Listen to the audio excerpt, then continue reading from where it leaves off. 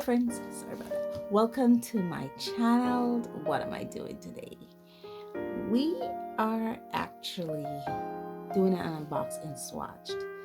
Now, as you can see, I have my palette here. It's a little wet. That's because I put the entire palette in the freezer. And let me show you why. Okay, so in this palette here, I have the Roman Szmal paint. And the reason I put it in the freezer is because Roman Szmal paints tend to be a tad tacky, especially when especially in my environment here in the country of Belize where it's very humid. So the paints tend to be a tad tacky. So I just popped the entire palette in the freezer, and I already had these three from a previous haul video. We'll link that haul video somewhere so you can see it. I think it's one of the few because I really don't do a lot of Christmas hauls. Well, you can't do a Christmas haul on Christmas, but I really don't do a lot of haul videos. And then I acquired 9 more to fill this 12 palette set. So what I'm gonna do is I'm going to be unwrapping these little candy or these little chocolates here out of this palette. I found this palette on Amazon for a very fair price, and when I went back to see if there was more, there was no more available at the price. I mean, you can still find the palette itself, but it wasn't at the price that I paid for it. So yeah,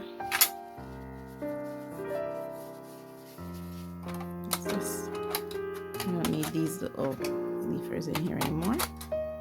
And it came with 24 little loops up. All these little loops were up, but I kind of put them down because I only want 12. And I love the unusualness of this. Wipe it a little bit. I don't know why I put it in the freezer. So the colors I already have is Cobalt Cerulean Blue. This one is PB36. Hansa Yellow Medium, PY74. Perylene Green, PBK31. And the colors that I acquired are, this one is Dark Ochre. I think this one is a PY43. Yes, PY43.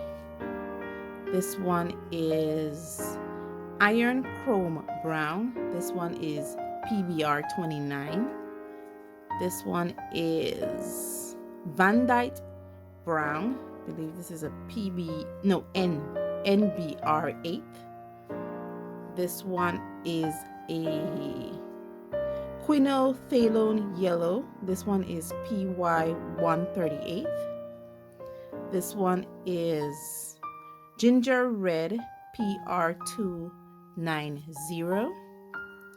This one is Aquarius Brown, PBR11. This one is a Cherry Quinacridone Red. This one is a PR209. This one is a Phthalo Green Blue shade, PG7. And a Cobalt Blue Deep. This one is PB74.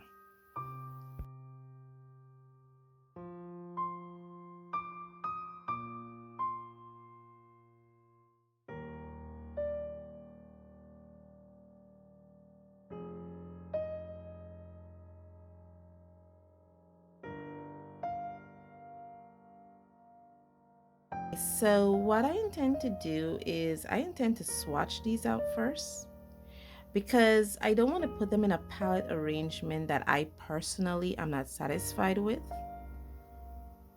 And then I will be putting them in a palette arrangement that I feel suitable for me. I already have my swatch card for this palette. Sorry, as you can see here, let me bring you back out a bit. The swatch card for this palette set up.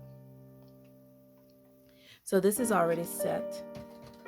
And I have some strips here. Just little leftovers I have from when I make my sketchbook.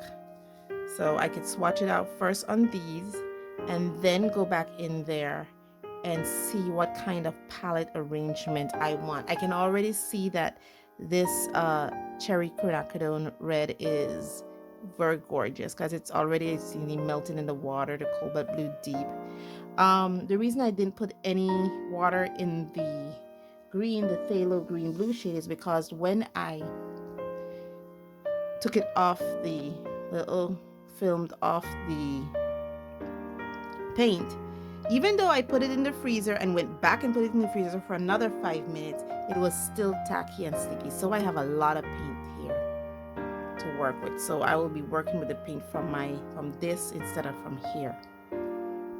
So let's look at that little cherry color now, that phthalo green blue shade. I'm thinking these will do this phthalo green blue shade will probably be some beautiful mixes, you know, especially with that blue linen color. Oh wow, are you guys seeing what I'm doing? Because I know I have this there. Yeah, it's a beautiful color. It's a PG7. See how beautiful that is? So definitely this is going to go somewhere. Now let's do the Hanzai yellow. Let's see what we're working with here with this one. It's a very bright yellow. It's not a warmly, well, it's not a cool leaning yellow or cold leaning yellow. It's more of a warm leaning yellow.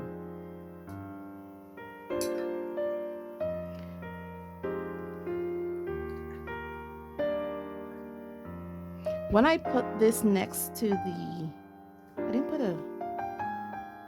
thought I put it here, or this just soaks water up quickly. Next to this color, which is the Quino Phthalo yellow, it looks more cool leaning than the Quino Phthalo yellow, which seems very warm leaning. So you see the difference. This is the Quino Phthalo yellow and this is the Hanzai yellow medium. So to me, in my eyes, I see this more warm leaning and this more cool leaning. So I already understand the arrangements I'm gonna put this in. And next color to try would be this one, which is the ginger root, because I like to put my reds together, but this doesn't look really red. It kind of reminds me of a burnt sienna kind of color. And look at how, wow, this is very opaque. I can already see the opacity of this.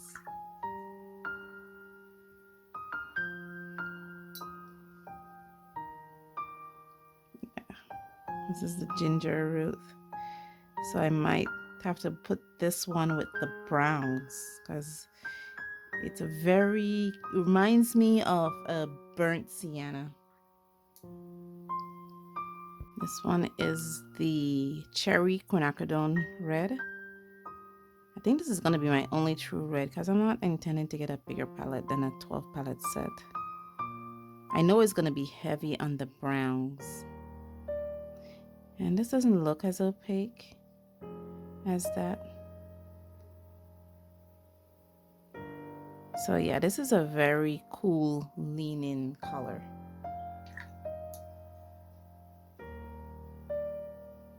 So I think my next color is going to be this one, the cherry red.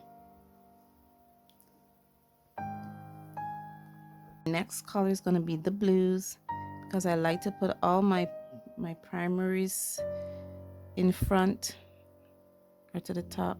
This one is the Cobalt Cerulean, and we're going to compare this one to the Cobalt Blue Deep. It's like a film on top, like a waxy film on top there. So let's put the cobalt blue deep here and see which one is more warmer, the cooler. And next to that one, we're gonna put the re-swatch again, the phthalo green.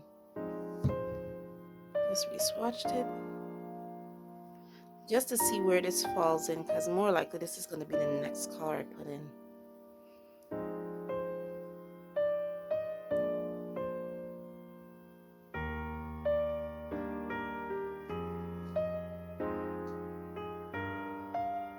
Okay, so what I've done is I've swatched these out to see how to put them in order on the side of I have them in order right now. Let me pan you guys over to the side here to show you that I have them in order here, that I'm going to put them in the palette. And then here, what I'm doing is that I am swatching them out here to see the order that I want to put them in. So I'm looking here now to see how this flows. Is there a gradual flow? I'm thinking because this cobalt blue deep is a little more warm leading. I'm saying correct, warm leaning. I'm gonna put that next to my cherry quinacridone red, and then I'm gonna put the cobalt blue deep here, and then this color here, the phthalo green shade. So it kind of looks like from there I go into that, and then I go into phthalo green. Now definitely, let's see what I've never swatched this, but I did swatch this color before, the perylene green, and I think I put up too much paint here. It's super opaque. Let me kind of wash my brush out a little bit and see if I could bring it down just a tad. Okay, so definitely I'm putting this next to the phthalo green. Let's see how the Van Dyke brown looks.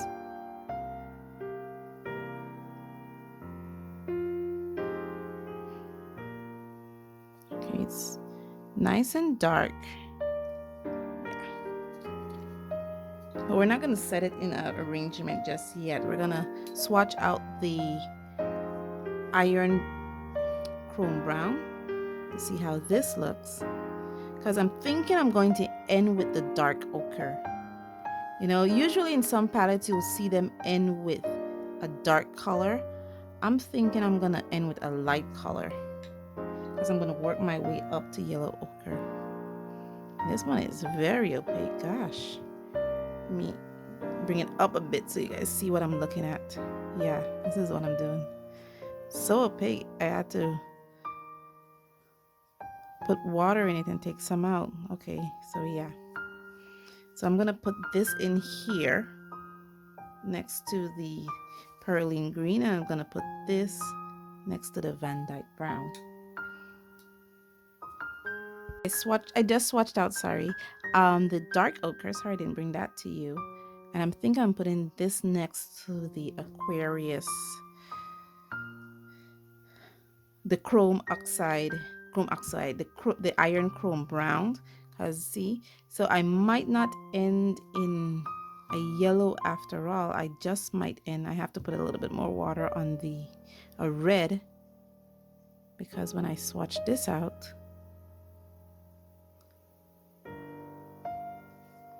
this color here, yeah, that was a good choice. So nice and rich and opaque these colors are. So I can see based on this tester swatching that I have a lot of opaque colors. And a lot of these pigments are pigments that I am not used to working with, hence my appeal for the palette.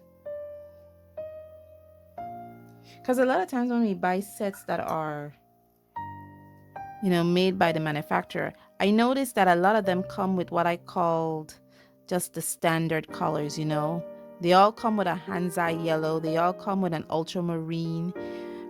You will get either a phthalo or a cobalt blue as your, as your warm, as your cool, no, your warm leaning blue. I always get those confused, cool and warm, and you will get maybe a magenta or a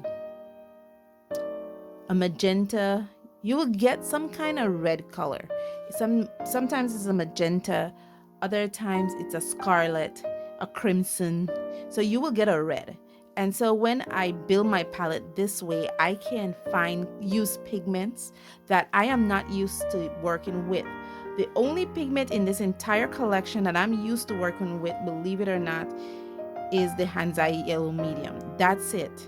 I am not used to working with any of these pigments. So I'm gonna end with the Ginger Ruth. So I'm gonna end with the red pigment, even though I like to keep all red pigments together, but based on this arrangement, it's not going to, it's not gonna flow. I took the liberty of writing out my arrangement off camera, so it's already made out. Just because I know me writing this out, you guys don't need to see me do that. You're gonna already see me doing the swatching. Reason why this particular skill for me is very important, just the swatching and the palette arrangement, is because it builds inspiration. Now, I'm new to the art journey. I'm not saying I'm an expert. By no means. I am not an art expert. I'm very new to this art journey. But when I discovered that when I arrange the paints, especially when it comes to paints, when I arrange the paints, the pencils, the markers, when I make that arrangement, when I pick up that palette, when I pick up that tin or that case or that organizer with the medium in it, I am inspired to do art. It inspires me. And for me, that's the reason why arranging your mediums, especially when it comes to watercolor paints, is so important, because you want to be inspired when you're doing art. And when you pick up a palette, you want to be able to say, okay, this watercolor palette inspires me to paint with it.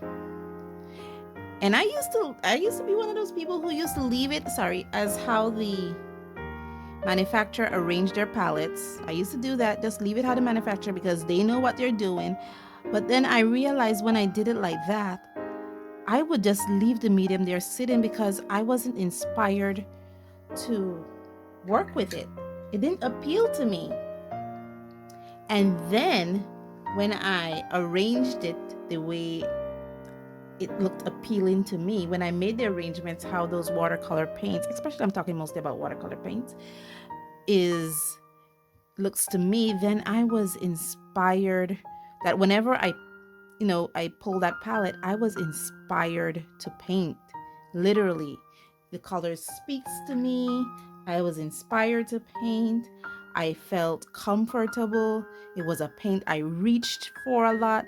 And basically, that's the reason why I advocate heavily that to arrange your palettes so that you be able to get inspiration from it. Now, your taste, I should say, I should say that your taste for a certain color will change in time. Because again, that's something I noticed in my art journey, that I wasn't committed to one color. I mean, when I first started my art journey, I thought every single palette have to have yellow ochre in it, because I love yellow ochre. It's one of my favorite colors. I just love looking at it, and I thought every single palette has to have an ultramarine blue, because again, I love ultramarine blue. I love looking at it, and so whenever I get a palette, I have to make sure that it has an ultramarine blue. And as my art journey, continues and progress, I learned that there are more colors out there, and there's more colors that appeal to me, and some of them are not yellow ochre. I mean, actually, actually now I am actually avoiding, if I am arranging a palette, I actually avoid buying a yellow ochre. The reason why I have dark ochre in this palette is because I mistakenly wanted chromium, iron chrome, this color here, iron chrome brown, and I put dark ochre instead in my palette. And I didn't realize I did it until after I purchased it.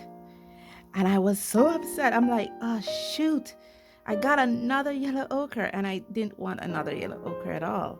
So this dark ochre is actually an unfortunate purchase. I'm gonna see in time if my reluctance, oh shit, I even swatched it. I'm gonna see in time if my reluctance in gaining this palette will turn out to be one of my greatest fortunes, or it's going to be the color to save this palette. So I know I just threw a weird term at you. Save the palette? What do you mean a color could save a palette? What I mean is that you have some palettes, and this is the palette that we're working with right here.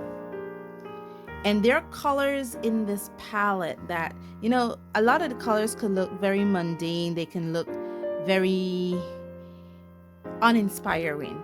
When you take, maybe, if you're looking at it, let's look at a 12 color palette. And you look at a 12 color palette, and 10 colors out of those 12 looks, you know, they look mundane. They don't inspire you. They just look typical. They're not the kind of colors you want. But there's two colors in that palette that when you put those two colors in that palette together, the beauty of that palette comes out. You know, you can actually see yourself working with the palette. You can actually see yourself using the color, using those paints, because those two colors in that palette save the palette. And I'll show you an example of what I'm talking about, because I had an example of it. And when I added those colors to that palette, it was when I felt like I wanted to work with the palette. So here's an example of what I'm talking about, this Van Dyke watercolor set here. This set originally came with Madder Lake. I believe this is an Azo yellow, Naples yellow red, turquoise green, lavender, and pyrrole orange. And it didn't inspire me at all. These colors, I got it in an Upcrate subscription, and it honestly, guys, it didn't inspire me. It honestly didn't inspire me. I'll be honest, it didn't inspire me at all.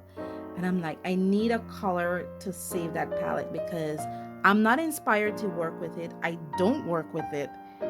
And you know, when I do my off-camera, you know, play around with paints, it's not a paint I reach for, because I don't feel inspired by those colors. Now, I'm not saying what Upcrate did is bad. You know, they gave us some unique colors to work with to push us for our creativity. But me being me, I try to work with it, and it just didn't inspire me. It wasn't something I reached for a lot. But when I added the phthalo blue to it, and I swatched it out and saw how the phthalo blue worked with these paints, then I became inspired. I was like, okay, I can work with this palette now. It's something that I can work with. I felt inspired to work with the palette. And that's what I mean when I say save the palette. You know, you want a color in there that when you put that color in there, sorry for the glare.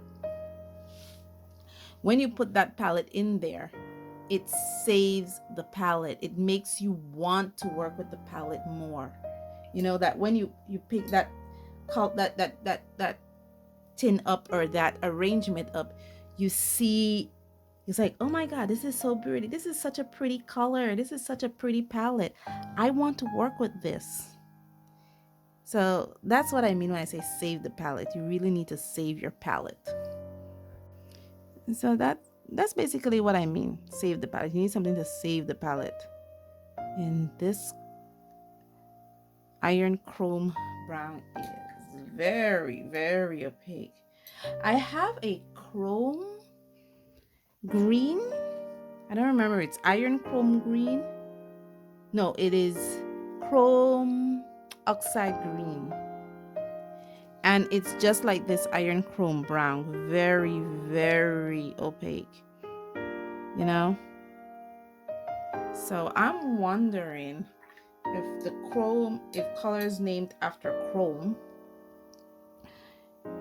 if those pigments are just naturally opaque, kind of like the cadmiums, just naturally opaque. It doesn't mean it has filler in it, it just means the color itself is just naturally opaque. Yeah. You see how it works? It gets in there. I should say that what I normally, I'm almost to the end too, I would put down a nice thick layer, a nice thick swatch of it on top, and then I clean my brush off, and then I go back in there and see how it moves with just plain clean water. I put it completely over my black line, the first card. Completely wash the brush off, and then just go in there with just clean water in the brush and just tip it and see how it moves.